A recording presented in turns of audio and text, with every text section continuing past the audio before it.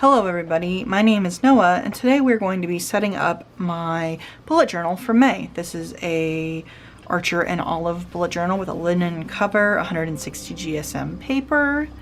Yeah, and I have my pens in my thrifted ceramic mug. I will be using my Oto graphic liners. They're my current favorites. I have a few other options if I feel like it, but I don't think I'll be using them. Got my candle for some ambiance and some nice lavender and vanilla scents, but that's not essential. So yeah, I'm going to open this up real quick to show you a little bit of what's going on. Every month so far, I've gone very much into depth, I feel like, about what I've done so far. So now that we are setting up the 5th month of this year, I think I'm just going to be more brief. You can go back and check the rest of the videos from this series if you're interested, but suffice it to say, the main theme for this bullet journal outside of the individual months is the Appalachian Trail, which is a trail that goes along the east coast of the United States and is part of the mountain range that I live in, which is why I chose it. So April was birds' nests, and as you can see, I drew a great blue heron's nest here, and I did use them throughout the month, but there were a couple weeks where I didn't have time to draw them in or have the energy, and I just kind of let it go because I don't want this to feel like something I have to do. I want it to be something I want to do. And I think the reason, other than just being busy, was the fact that birds' nests involve a lot of little lines, and it was kind of time consuming. So while I did really like, in theory, this theme, it didn't really work out quite the way I was hoping it would. So for May, I have everything all sketched out. We are going to be going with edible plants, because this is the time of year when we start to be able to be going out and foraging. So we're going to get down into a closer side view of everything, and we're going to get started. So for this first extra page here, I decided I wanted to create a space to prepare for markets. I do a lot of craft fairs, pride markets during the summer, and I have quite a few coming up, and I really, really wanted to have a place where I could have them listed. I've been keeping track of them in the notes, but there are a lot of things to remember for stuff like this, like the location, the date, the theme of the market if there is one, how much I need to pay, anything else I need to know, when the payment is due, etc., etc. So I thought creating a spread that would be dedicated entirely to it might not be a bad idea. This spread is incredibly plain, and I did not include any sort of decoration or add-on just because I couldn't think of anything that would relate. There wasn't really anything in my mind markety about the Appalachian Trail, so I left it plain, which is fine. It's not that exciting, but it is definitely functional.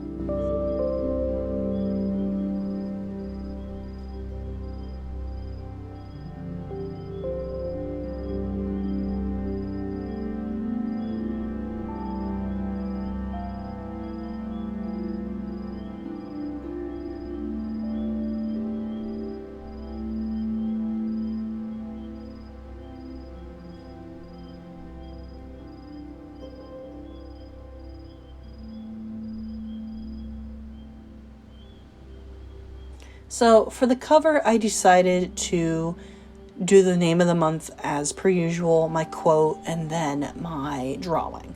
So the quote is, "No barefooted, tree climbing, frog holding, mud pie making, cloud spotting, puddle stomping, bird calling, wild foraging, stargazing, firefly chasing, den building, stream paddling, rock hunting moment with Mother Nature is ever wasted." And that is a quote by Nicolette Souter. And this came from a website about having kids outside, so I don't know who Nicolette Souter is. She may just be someone involved with a website. She may be a writer. I don't know.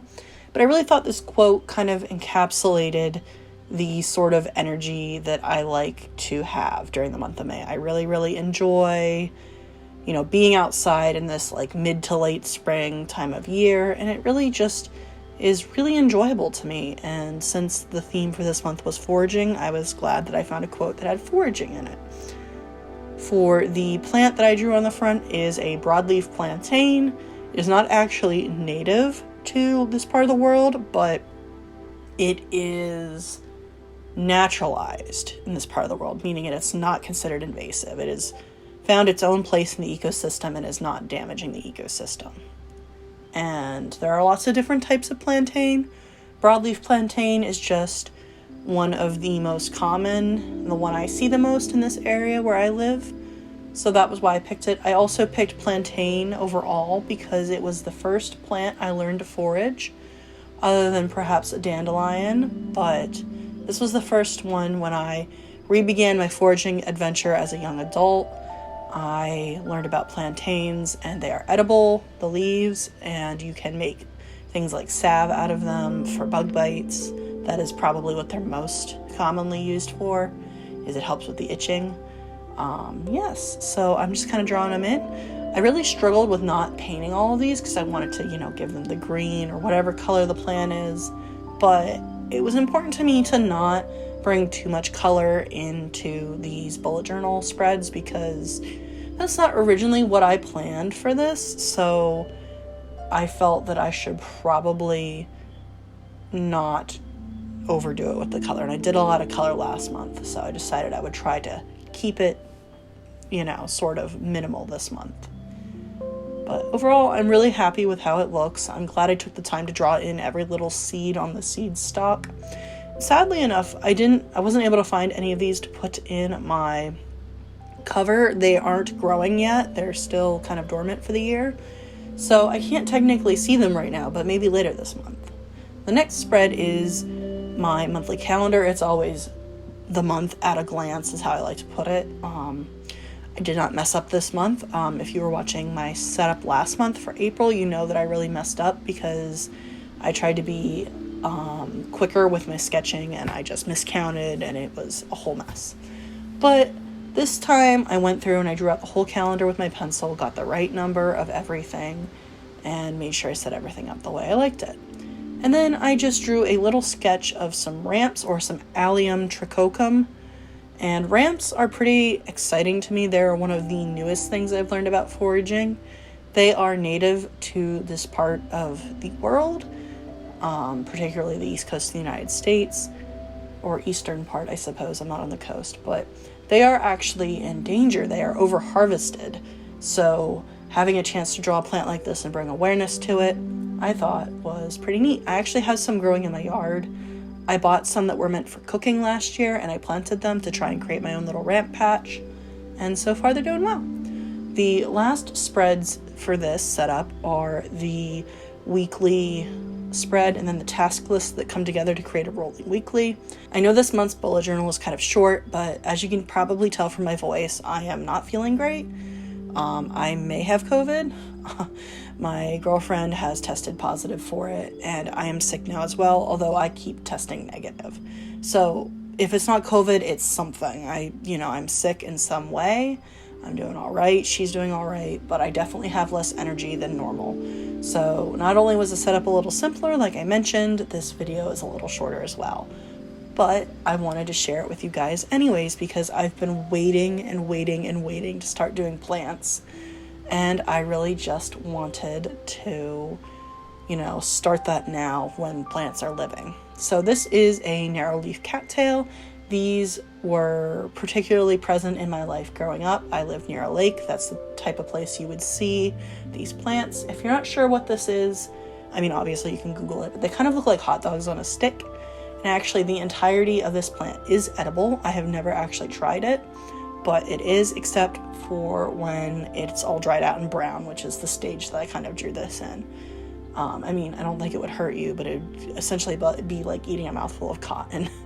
But yes, so cattails are edible. Of course, if you're going to start foraging, which I would recommend, please make sure to find some great teachers and some great references online. And don't rely on just what I'm saying in this video, because this isn't really the type of video that will give you anything overly useful for that.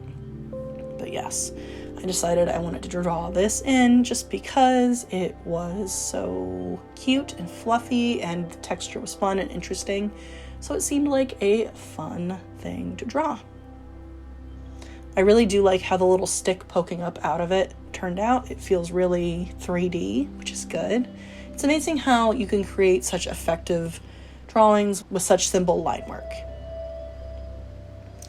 I added in a leaf because, as I said, that's also part of the plant that is edible, and it just felt appropriate to not just include the stem, the fruit. I'm not sure what you would call that. I probably should know, but I don't. So yeah, as always, I added in the common name, narrowleaf cattail, and then the scientific name, Typha Angustifolia.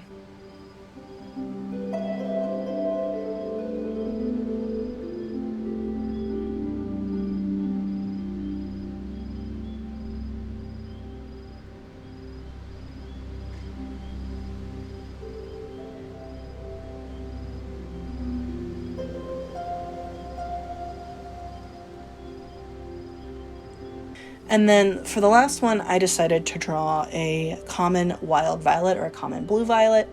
I actually have foraged some of these already this year. Last week I made myself some violet syrup, which I put in my tea. You can use it on your pancakes, of course, as well.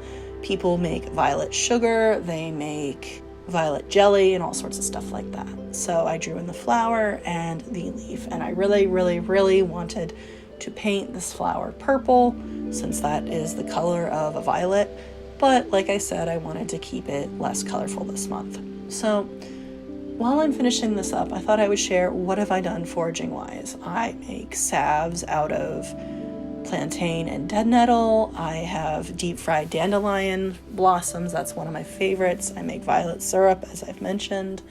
I also make forsythia syrup. Forsythia is another plant that lives in this part of the world, although I do not think it is native to this part of the world. But yes, I very much enjoy getting to learn about the world around me and what plants there are that I can eat and use.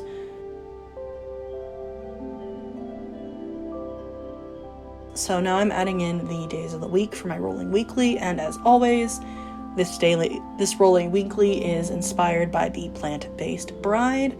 So if you're interested in seeing a setup, you can go on and check out her channel. She has lots of great videos about it. But yeah, I found that it really works for me, and I'm not gonna change what works, you know? I think that's everything. We're gonna be jumping back to present day Noah now. Okay, so now I've set up May. It feels a little simpler than the other months, but I do like it, and I do think that it will work for me. So with my typical extra page, I did the market plans. We have the cover of the page. I think this plantain is my favorite out of all the ones I drew this week. And then we have the May at a glance. And this will probably become a notes page, but I like to leave it blank, I've discovered, until I'm kind of into the month and I figure out what I'm needing, because every month it's a little bit different. And then we have the weekly spread. And this is actually my first week where I didn't mess up anything here or here. And yeah, I added some shadows to these after I finished recording. I'm still not sure. I feel like they need something, but I'm not sure. But yeah, this is the energy level I have this week, so everything's a little bit simple for this month, but that's okay. And I'm really, really excited, honestly, with this theme, and I can't wait to do more planty themes as this year goes on. So yes, thank you so much for watching. I hope you enjoyed. You can always check me out on Instagram or TikTok or my website. I'm Stat Studio on all of the things. And yeah, I hope you've enjoyed. Feel free to subscribe for more bullet journals videos. I do art topic discussions. I do tarot look-throughs, all sorts of stuff.